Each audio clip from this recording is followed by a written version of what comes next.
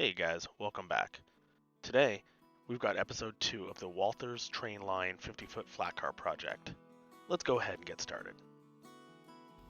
Okay, so we've got this flipped over.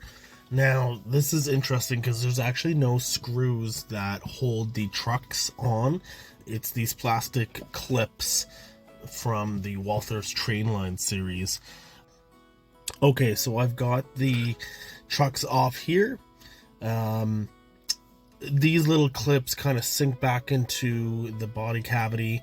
I think when I go to put the trucks back on, I may have to take the shell off and push those down with my finger as I put the trucks on. But I'm not going to worry about that for now. Let's take the couplers off and see if we can maybe look at getting the coupler boxes. If not, no big deal. I just want to take everything off that might get snagged or anything like that. What we'll do is we'll put the couplers back on after the couplers are removed. That way when we do our weathering, everything can be consistent, and then I can weather up the couplers and the trucks separately. Okay, so we're just gonna hold that with my finger. They were already pretty loose to allow travel. So this is a KD 158. It's got the centering whiskers instead of the spring which you put in the box. I find these a little bit more compatible, and then we've got the other one. So let's go ahead. Before we put the couplers back on, let's just see if we can gently pry this away from the body. Oh yeah, so that comes out fairly easily. I'm not going to do the whole thing yet. To put the trucks back on, I'm going to have to. You can see a clip here and here as well, and of course on the alternative sides. So we'll just have to clear those, and yeah, that'll be okay. Not too worried about that. Okay, now with the trucks and the couplers off, I'm just taking some measurements. It's about 6 inches 3/4 long, maybe a smidge over that just with these ending details. And then wide, we have about 1 3/8 inches.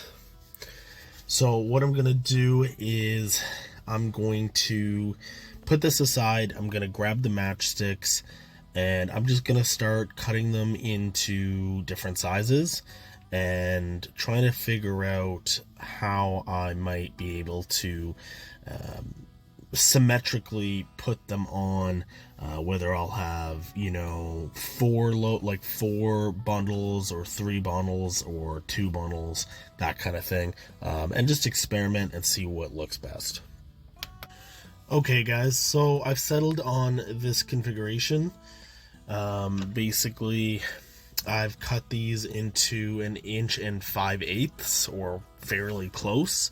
That will represent approximately 12 scale feet. And then these are about 1/8 by 1/8. They're not perfect. They're just matches, right? So they're not super good quality. But that roughly turns into about, I think, 10 7/8, or 10 and somewhere around there.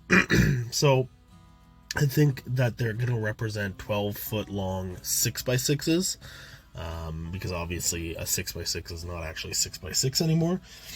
And when I build the stack, I will have to decide if I want to score each one in half, either with a really fine pen or a knife or something like that, to represent that one of these matchsticks actually are 4 6x6, in a bundle. But I think that this configuration looks good with the 3 sets. So now I just need to get an idea of how many to stack widthwise, and then go ahead and basically make a cube out of these, which is going to be a lot of glue and a lot of cutting and a lot of tedious, but that's okay. I can pick away at that. I'm obviously not going to do it all on camera, but I think that's going to be my plan, is I'm going to determine how many I'll go widthwise, and then go ahead and make one stack and see how it looks. Alright guys, that's everything for this episode. Thank you for watching. Until next time, enjoy your bacon.